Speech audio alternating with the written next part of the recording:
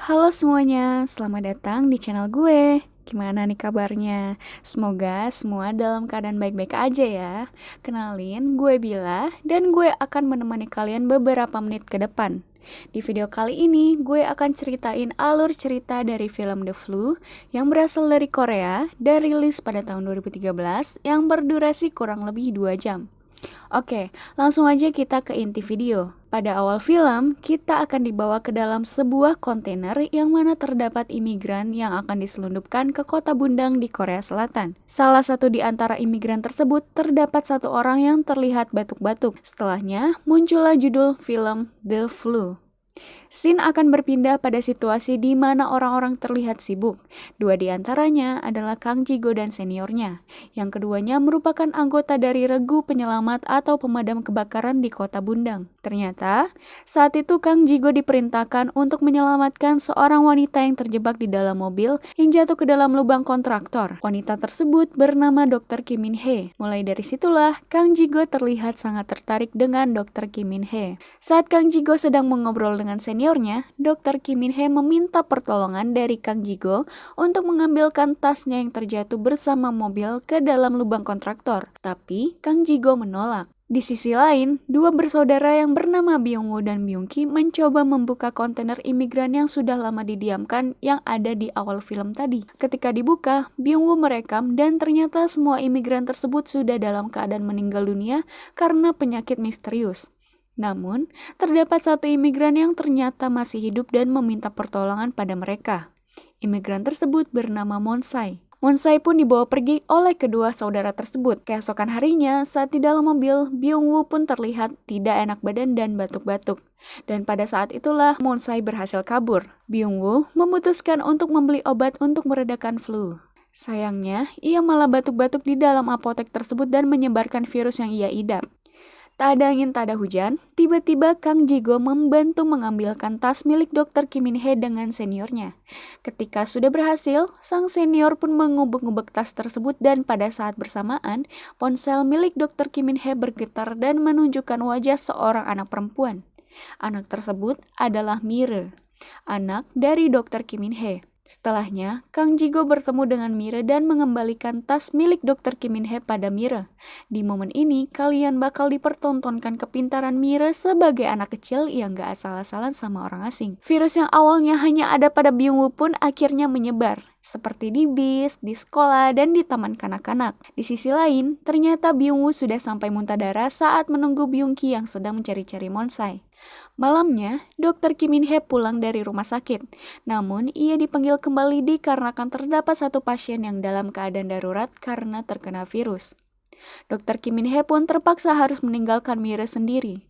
Sesampainya ia di rumah sakit, Dr. Kim Min Hee langsung menuju pasien yang sedang diisolasi, yang mana pasien tersebut adalah Byung Woo. Dr. Kim Min Hee langsung saja menindaklanjuti Byung Woo. Dan di pertengahan tindakan pada Byung Woo, Dr. Kim Min Hee mengambil dan melihat sebuah video di ponsel milik Byung Woo, dan para dokter pun akhirnya mengetahui asal-usul virus tersebut. Dr. Kim Min Hee langsung mendatangi Byung Ki dan menanyakan tentang keberadaan kontainer tersebut. Tapi Byung Ki menjawab, ia tidak tahu apa-apa. Ia malah marah dan mengacaukan rumah sakit. Ia bahkan memeluk-meluk Byung Woo ketika ada pengumuman Byung Woo dalam keadaan darurat. Ia bahkan memeperkan darah Byung Woo ke salah satu dokter di sana. Namun pada akhirnya, Byung Ki tetap berhasil ditahan banyak orang. Setelahnya, kita diajak ke scene di mana Mire ingin memberi makan pada kucing liar di sekitar rumahnya. Namun, ia malah bertemu Monsai dan memutuskan untuk memberikan Monsai makan tanpa mengetahui bahwa Monsai sedang dalam keadaan terinfeksi virus yang sama dengan Byung Woo. Mire malah memanggil Kang Jigo untuk menyelamatkan Monsai. Namun, Monsai sudah tidak ada di tempat alias kabur. Mire pun meminta Kang Jigo untuk membantunya mencari Monsai. Para dokter yang mengetahui tentang kontainer yang dilihat di video Byung Woo membakar seisinya bertujuan memusnahkan sumber virus.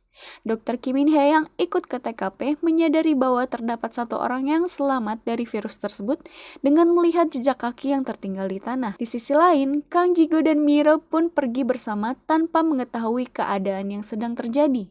Saat itu, Mire terlihat batuk-batuk dan sedikit lemas bahkan sampai tertidur. Ketika hendak pulang, Kang Jigo melihat ibu-ibu yang pingsan di eskalator dan meletakkan Mire untuk menyelamatkan ibu tersebut. Setelah menyelamatkan ibu-ibu tersebut, Kang Jigo pun kehilangan Mire. Di saat yang sama, namun beda ruangan, Profesor Dr. Kim Min Hee menjelaskan tentang penyakit ini pada rapat yang berisi orang-orang penting seperti wali kota Bundang dan para menteri. Namun, sang wali kota dan para menteri seperti menyepelekan penyakit tersebut. Keadaan pun semakin parah. Bahkan terjadi kecelakaan di jalanan dikarenakan orang-orang sudah pada lemas dan sampai muntah darah. Saat itulah sang wali kota baru percaya ini adalah hal yang serius. Bahkan Bundang pun di lockdown dan tidak ada yang boleh masuk ataupun keluar. Akhirnya, sang Perdana Menteri memutuskan untuk memberitahu warga Bundang bahwa terdapat virus mematikan di kotanya. Dan sang profesor menjelaskan akan ada 10.000 orang yang meninggal. Saat itulah keadaan semakin kacau. Mire yang hilang ternyata masuk ke dalam supermarket dan tersesat. Ia menangis melihat keadaan yang sangat ricu dan kacau. Kang Jigo dan bahkan Dr. Kim Min Hee akhirnya mencari-cari Mire di supermarket Mire menghilang. Tak lama dari itu, mereka pun menemukannya. Waktu mereka baru aja ingin keluar, ternyata polisi sudah memblokade supermarket agar tidak ada yang bisa keluar. Bahkan pintu besi supermarket pun diturunkan. Kang Jigo, Dr. Kim Min Hee, dan Mire termasuk orang-orang yang beruntung karena dapat keluar dari sana. Dr. Kim Min Hee yang berencana pergi dengan helikopter mengajak Kang Jigo. Namun, Kang Jigo lebih memilih untuk menyelamatkan mereka yang terkurung di balik pintu besi. Sesampainya Dr. Kim Min Hee dan Mire di bandara untuk pergi dengan helikopter, tiba-tiba Mire terbatuk dan akhirnya dilarang untuk pergi. Pemerintah yang melihat keadaan makin parah memutuskan untuk mengisolasi semua orang yang terinfeksi maupun tidak. Dokter dari Amerika yang berada di satu ruangan dengan orang-orang penting kota Bundang memutuskan untuk melakukan PCR kepada semua warga Bundang dan menunggu 48 jam untuk memastikan apakah mereka baik-baik saja atau tidak. Asli ya, di momen ini gue gedek banget sama wali kota dan menteri Bundangnya. Egois banget sampai mikir diri sendiri dan gak peduli omongan sang profesor. Bahkan, menteri-menteri meminta untuk memutus koneksi internet di Bundang agar berita virus ini tidak menyebar luas. Dr. Kim Min Hee dan Mire sudah sampai di tempat isolasi. Sebelum masuk, mereka akan diperiksa badannya apakah terdapat bintik merah atau tidak. Sialnya, Mire termasuk salah satu korban dari virus mematikan itu dan sudah ada bintik merah di bawah telinga. Dr. Kim Min Hee secara was-was menyuruh Mire masuk ke dalam ketika keadaan sedang kacau karena Byung-ki yang sampai di tempat isolasi. Ketika berhasil masuk, Kang Jigo dilarang menyentuh Mire oleh Dr. Kim Min Hee. Namun, Dr. Kim Min Hee tidak menjelaskan alasannya. Saat di dalam ruang isolasi, Dr. Kim Min Hee melihat bintik-bintik di badan Mire semakin banyak. Ketika sedang menunggu hasil PCR, Kang Jigo dan seniornya ditugaskan oleh John Guk-hwan, kepala komandan militer, untuk membantu para militer. Namun, Kang Jigo menolak dengan alasan menunggu hasil PCR selama 48 jam secara akurat. Beda dengan sang senior menerima tawaran dari John Guk-hwan agar ia bisa keluar dari sana. Lalu, karena kesal dengan Kang Jigo, John Guk-hwan pun menyembunyikan kartu identitas milik Kang Jigo yang bernomor 3890 agar ia tidak bisa keluar dari daerah isolasi. Senior Kang Jigo yang sudah dibebaskan terlebih dahulu membawakan makanan untuk ia yang diisolasi dan menceritakan bahwa mereka yang terinfeksi akan dibunuh. Alih-alih dimakan, Kang Jigo malah memberikannya pada Dr. Kim Min Hee dan saat bersamaan pula ia baru mengetahui bahwa Mire terkena virus mematikan itu. Tak lama dari itu, tenaga medis menemukan Monsai di antara orang-orang yang terinfeksi di ruang isolasi. Mau tidak mau, Dr. Kim Min Hee menitipkan Mire pada Kang Jigo ketika ia disuruh mengurus Monsai. Ketika kembali dari ruang medis, Dr. Kim Min Hee melihat keadaan Mire semakin parah. Dr. Kim Min Hee dan Kang Jigo memutuskan untuk membawa Mire ke ruang medis di mana Monsai ditempatkan. Sayangnya, para tenaga medis mengetahui bahwa nomor 2966 yang mana adalah Mire sudah terinfeksi virus. Karena ingin membantu, Kang Jigo menyerahkan diri dan membiarkan Dr. Kim Min Hee membawa Mire pergi. Di ruang isolasi, Byung-ki membuat kericuhan lagi sampai membuat satu militer terinfeksi karena maskernya terbuka. Asli deh, gue gedek banget sama Byung-ki karena dia bikin heboh terus di mana-mana. Nah, balik lagi ke ruang orang-orang penting, si presiden mempertanyakan tentang mereka yang sudah 48 jam ditahan dan menyuruh mereka yaitu sang medis, sang militer untuk mengeluarkannya. Bahkan sang profesor memberitahu bahwa yang bertahan hidup lebih banyak kepada orang-orang penting yang ada di sana. Namun lagi-lagi, si wali kota dan Perdana Menteri Sue ini kekeh banget sama pendirian mereka yang egois.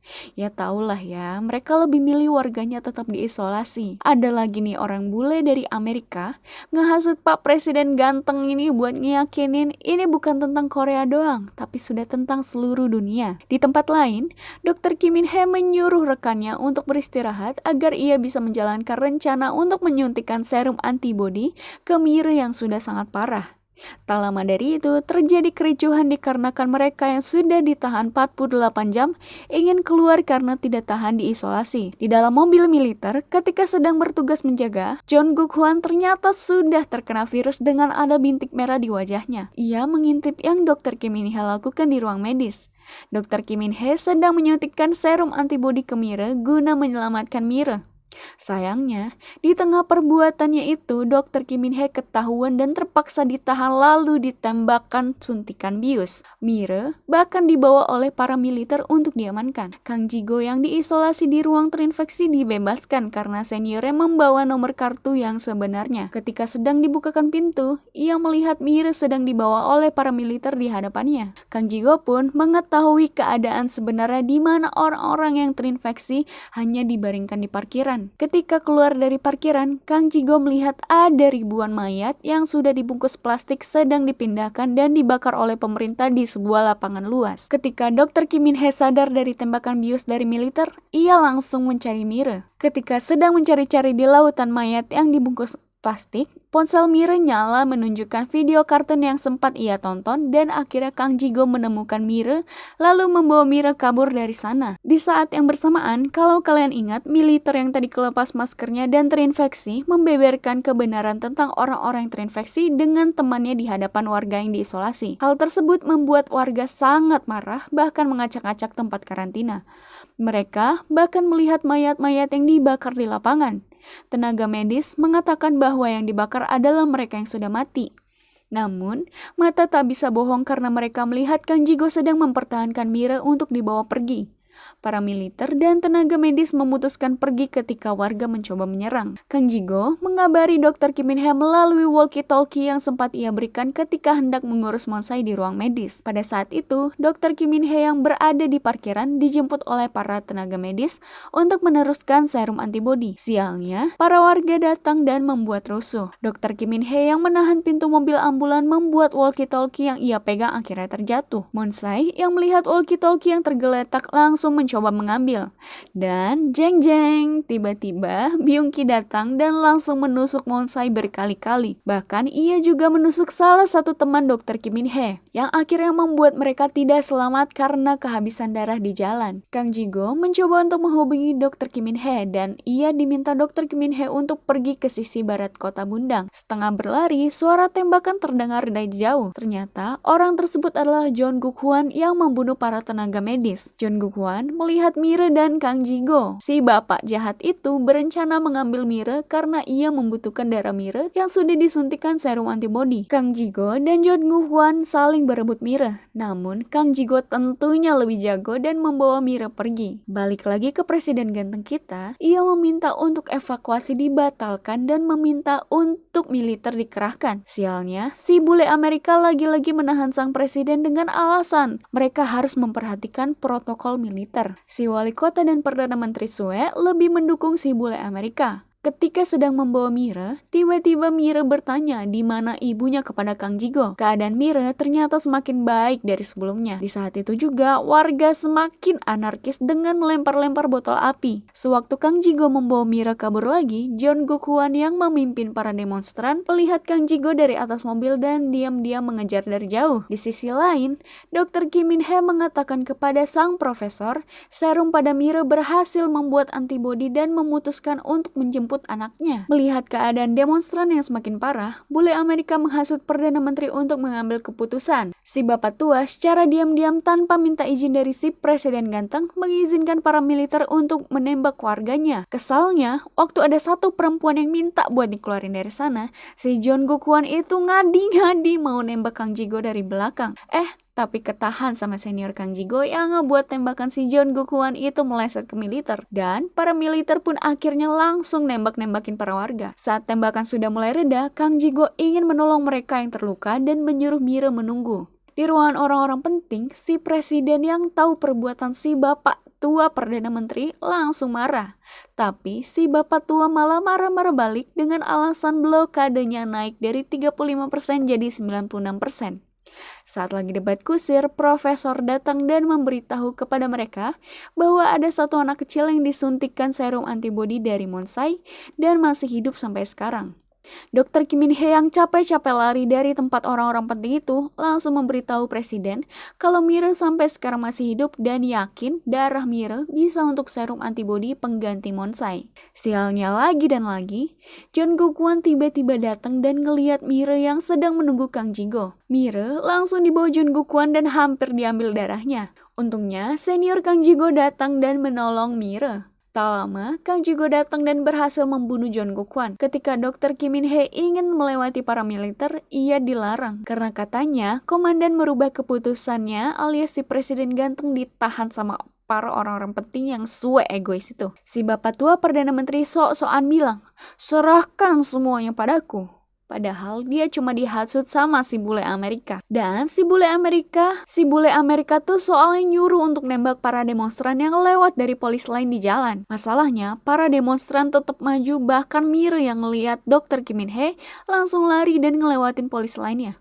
Salah satu penembak di militer cuma diem karena mungkin nggak tega nembak. Sampai akhirnya dia terpaksa harus nembak karena diancam atasannya dan tembakan tersebut akhirnya terkena pundak Dr. Kim Min Hee. Mire nangis-nangis seduh dan bilang, "Jangan tembak ibuku." Para demonstran memutuskan untuk melindungi Mire, Kang Jigo, dan Dr. Kim Min Hee. Presiden ganteng yang ditahan langsung kayak dapat kekuatan dalam gitu, ngelepas mereka yang nahan dia dan langsung nyuruh militernya untuk jangan ada tembakan lagi. Tapi emang dasarnya si bule Amerika tuh ngeselin ya. Dia nyuruh pesawat tempur buat ngebom kota Bundang biar gak ada infeksi lagi. Si presiden ganteng gak mau kalah, akhirnya nyuruh menteri pertahanan buat siapin misil anti serangan udara. Tentunya si bule Amerika ngeselin itu nggak terima.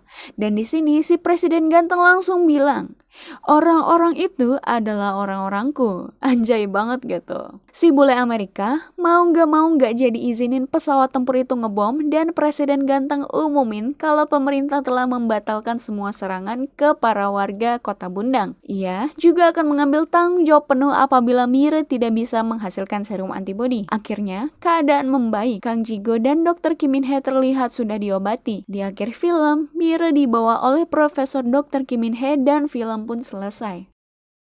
Film ini bener-bener kayak nunjukin keadaan kita sekarang sama COVID ya. Tapi bedanya kita nggak sampai sebrutal yang ada di film. Menurut gue, film ini bener-bener layak banget buat ditonton, apalagi akting para artisnya juga keren-keren banget yang bikin kalian ke bawah suasana. Terutama si Mire yang bener-bener gemesin dan pinter banget. Oke, segitu dulu aja alur cerita dari gue. Jangan lupa untuk selalu jaga kesehatan dan jaga jarak, serta jaga kebersihan dimanapun kalian berada. Terima kasih sudah nonton dan sampai jumpa di video lainnya.